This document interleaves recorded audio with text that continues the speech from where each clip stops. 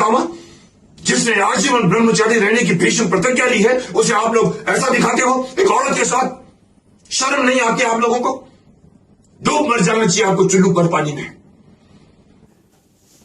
मुझसे मेरे Bhishma international channel पर किसी एक दर्शक ने एक सवाल पूछा था कि सर आप बताइए कि सोशल मीडिया पर इस यूट्यूब फॉर एग्जांपल, इस पर क्या दिखाना चाहिए, क्या नहीं दिखाना चाहिए?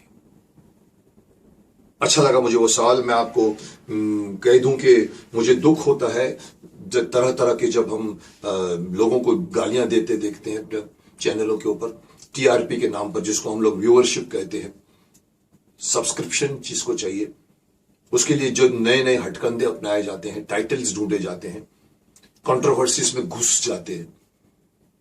अगर वहां पर आग नहीं भी है तो भी उसके अंदर से धुआं निकालने की कोशिश करते हैं। तो मैं उस शख्स को भी कहना चाहूंगा कि इतना बड़ा मीडियम है, इसमें ऐसी चीजें डालिए जो लोगों को भ्रमित ना करें। आज जिस तरह के चैनल्स भ्रमित कर रहे हैं लोगों को, वो चिंता का विषय है।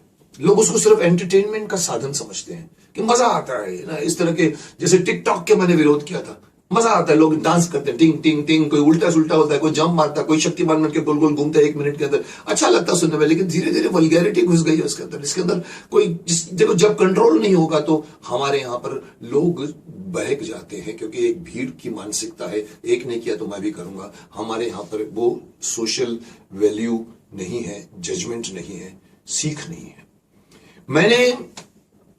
बुरा मुझे लग रहा है, किसी ने मेरा ध्यान फिर से उस पर आकर्षित किया है। मैं पहले भी बीच में देखा था और मुझे बुरा लगा था कि उस वक्त मेरे दिमाग में नहीं आया कि मैं इसके खिलाफ बोलूं। मैंने आपको पता है कि मैंने महाभारत बनाने वाली के खिलाफ भी बहुत बहुत कड़े लफ्जों में मैंने कहा था कि आप महाभारत को इस तरह से नहीं दिखा सकते, आप व्यास मुनि से आगे नहीं बढ़ सकते, आप वो चीजें नहीं दिखा सकते जो महाभारत में नहीं है। वो तो ठीक है, मैं कह चुका, लेकिन मैं जिस तरह से YouTube पे देख रहा हूं, ऐसे कई चैनलों का मुझे सामना हुआ है। जैसे अभी रिसेंटली मैंने फिर से देखा तो एक चैनल है जिसका नाम है डिवाइन टेल्स, जो महाभारत के अंदर की कहानियां निकाल रही है।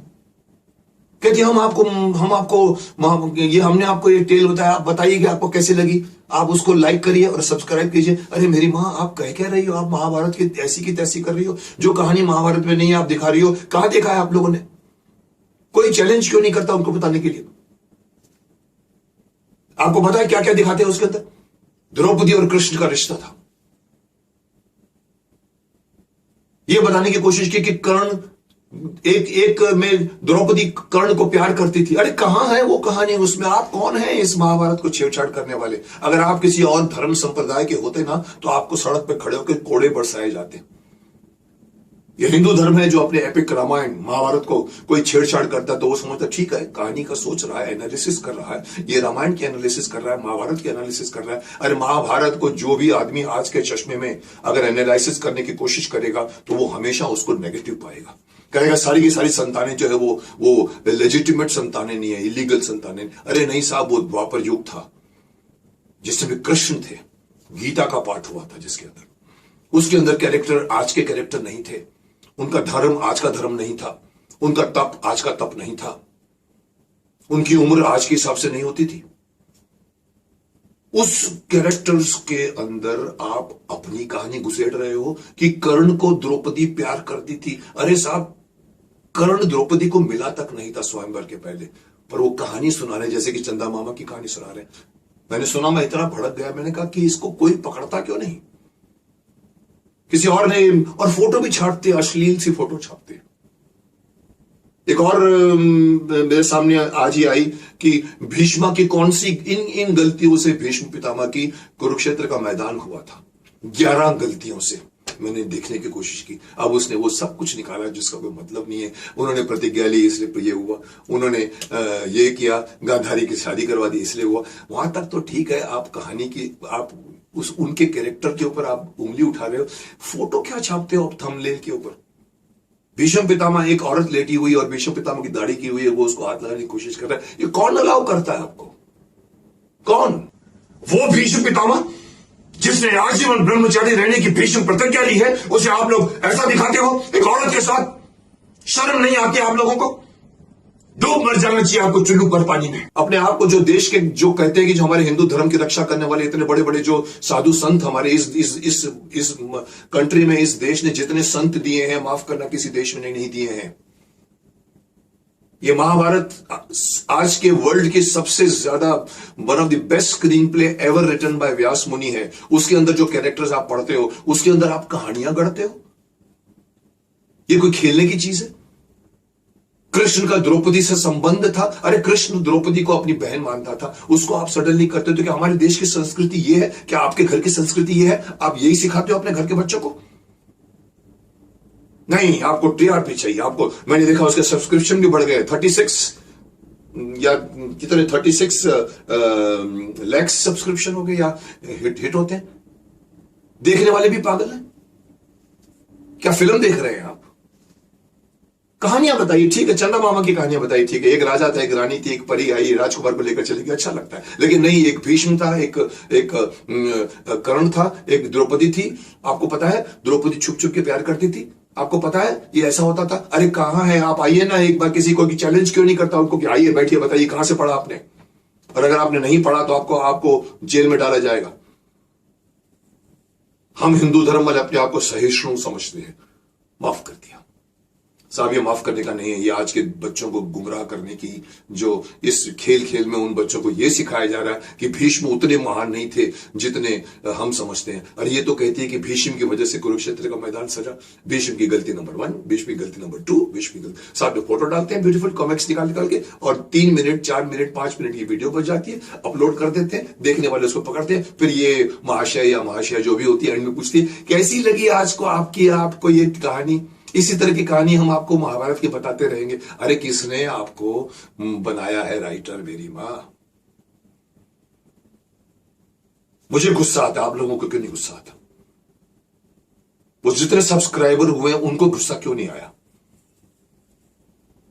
60-70 लाख व्यू हो जाते हैं एक ऐसी स्टूपिड कहानी के, क्योंकि यही चीज है जिसकी वजह से उस बंदे का सवाल दे रहा हूं कि क्या परोसा जाना चाहिए डिजिटल मीडियम पर। डिजिटल मीडियम पर ऐसी सारी चीजें बैन हो जानी चाहिए, क्योंकि जो हमारे देश की संस्कृति को बिगाड़ रही है, बच्चों के विजन को बिगाड़ रही है, हमारे इतिहास को बिगाड़ रही है, उसको अलाउ नहीं करना चाहिए। ये फ्री छोड़ दिया गया है, आकाश है जिसमें आपको गुब्बारा छोड़ना है, छोड़ दीजिए। ये मेरा गुब्बारा है, तुम्हारा गुब्बारा है, मेरा गुब्बारा, मेरे गुब्बारे का कलर अच्छा है, मेरे को व्यू मिल गए, लोगों ने अंगूठा ऊंचा किया, लोगों ने अंगूठा नीचा किया। अरे लेकिन बीच में जो कुछ नुकसान हो रहा है, कोई